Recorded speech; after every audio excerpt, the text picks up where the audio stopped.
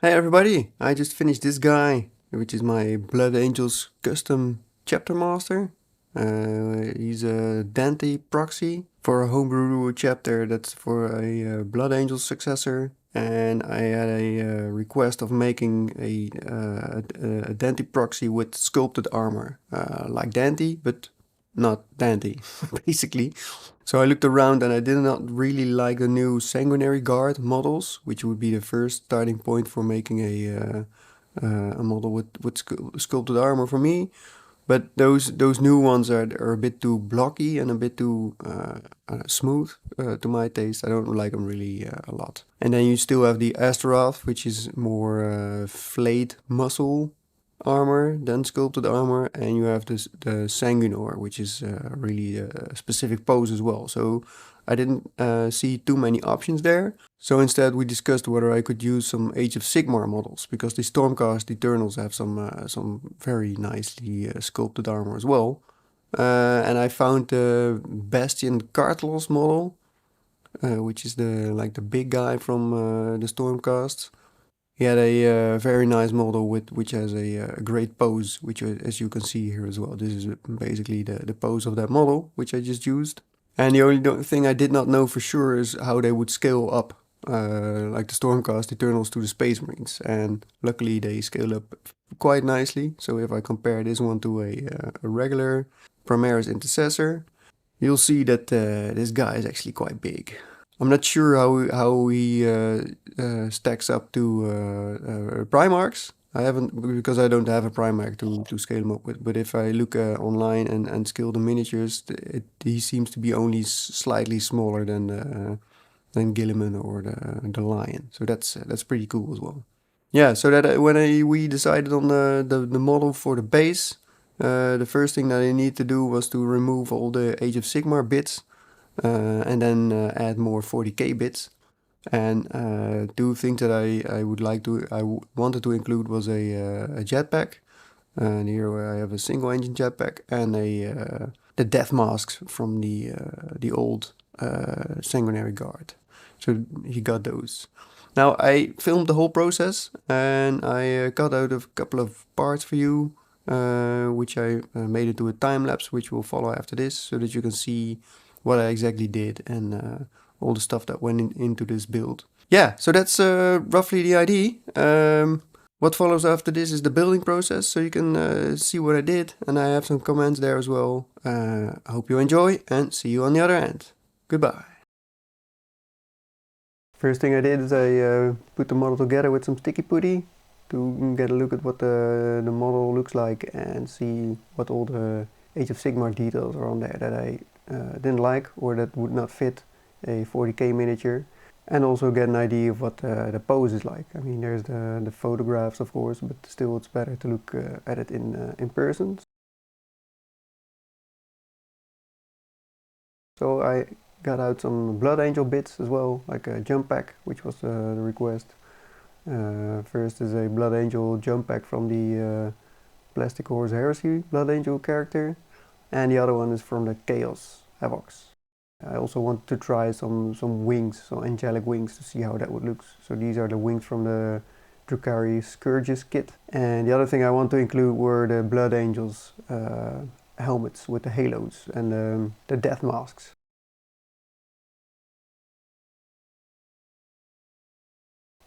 So after that, I started removing all the details that were too much Age of Sigmar. So basically all the Sigmar stuff that's on there, like this tiny icon on his chest, and also the chainmail that he has that needed to go as well, so, because it won't fit the aesthetic for 40k. So I removed that with a small saw.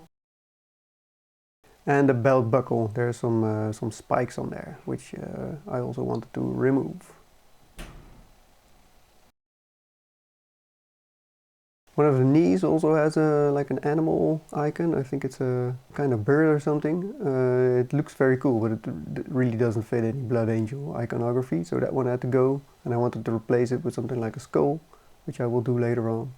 But this was just first cutting off that icon.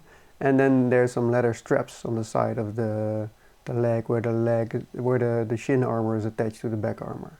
So I don't think that the leather straps really fit the aesthetic of 40k, so I cut those off as well.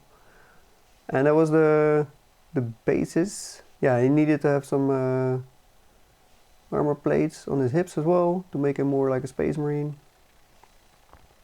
And I tried lots of different shoulder plates. So here he is with some Terminator shoulder plates, which look quite cool as well, but they didn't fit the jump pack and the wings in the end, so I didn't go for these. But these might be interesting for another build.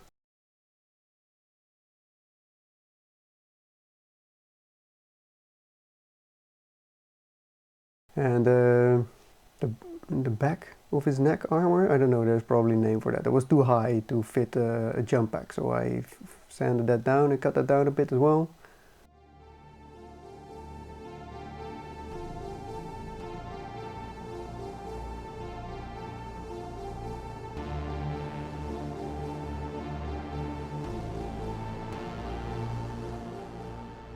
Now it fits the jump pack better, as you can see. Yeah, so that was my first actual sketch for what it's going to look like. I also did not like these wavy lines on his shin armor, so I removed those as well. I think they're like the comet lines. So I moved those from both shins as well, and from the forearm armor plates. There is some stuff on there as well.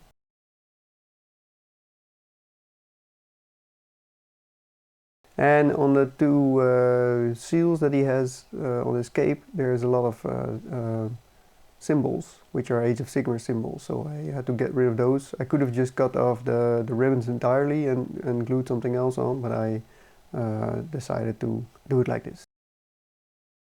And then for a new knee pad, I used a knee pad from another chaplain model, which I didn't use, which looked kind of cool. And I also used the melta gun from the old Sanguinary Guard models.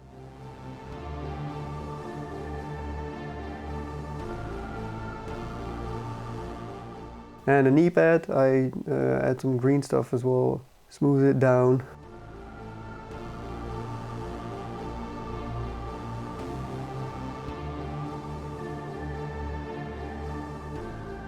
And then got that line back with a sharp knife.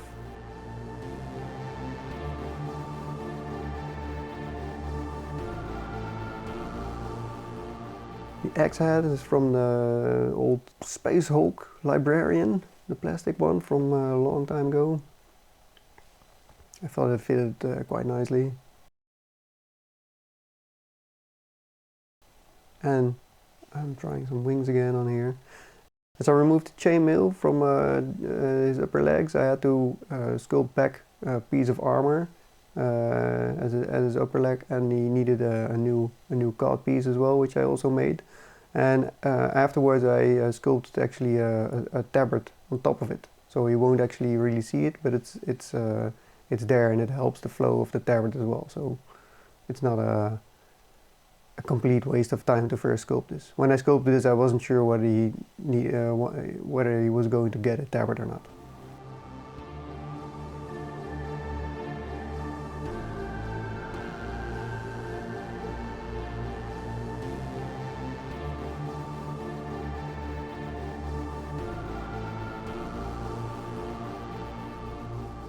Yeah, so the jetpack engine, that's actually one half of the Chaos Raptor's jetpack. You get 5 of them, I think, in the box, and some of them are more mutated than the others. And this is one of the lesser mutated ones. I cut it in half and cleaned out all the Chaos bits, as I'm still doing here, as you can see. I used that single engine on a different model before as well. I think it was the Chaplain. Blood Angels Chaplain. I think it looks very cool to have a single engine, but I'm not too keen on the Sanguinary Guard single engines. I think these look more industrial, so that's a nice fit. I think that the new Horus Heresy Assault Mark II Assault Marines they have the clean version of these same engines, so I think those should be a good source for these kinds of builds in the future. Here I'm pinning some parts of the model, the arms.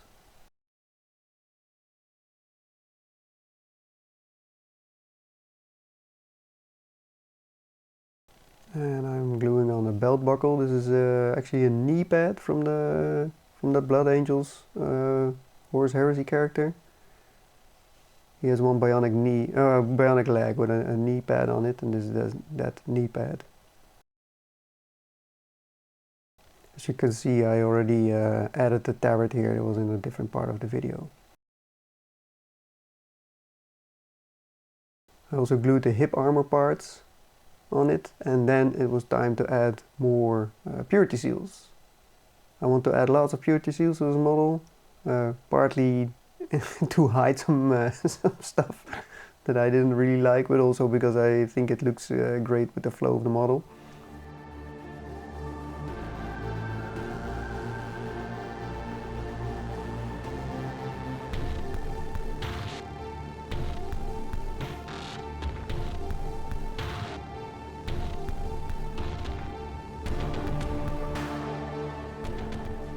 And then finally, all of the cables.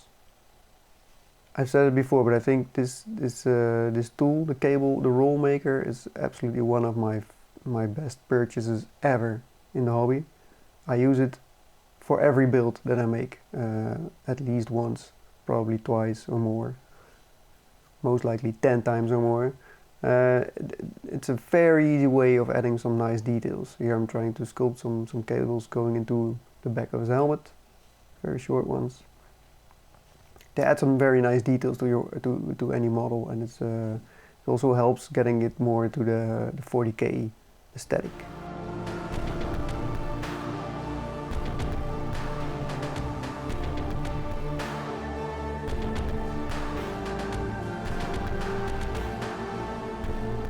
I had a couple of flat cables as well for some visual variation.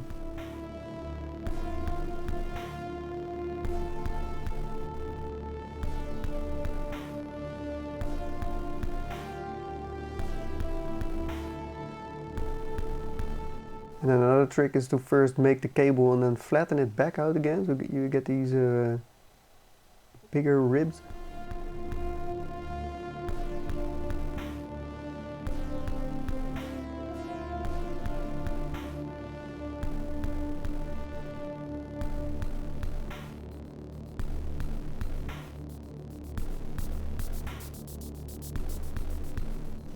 And I use some sticky putty to stick it in place while it's curing.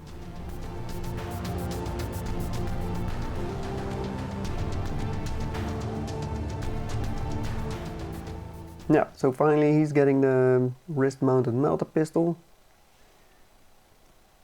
Later on I'm adding some green stuff to the attachment as well, so that it fits better. And then some final cables. The melter pistol needs some cables, of course, and the axe. And I added some icons, some green stuff icons on there as well. So on his shoulder there's one, and on the other wrist there's another icon. It's the custom icon from the person who bought the model. They have their own chapter. And that's it.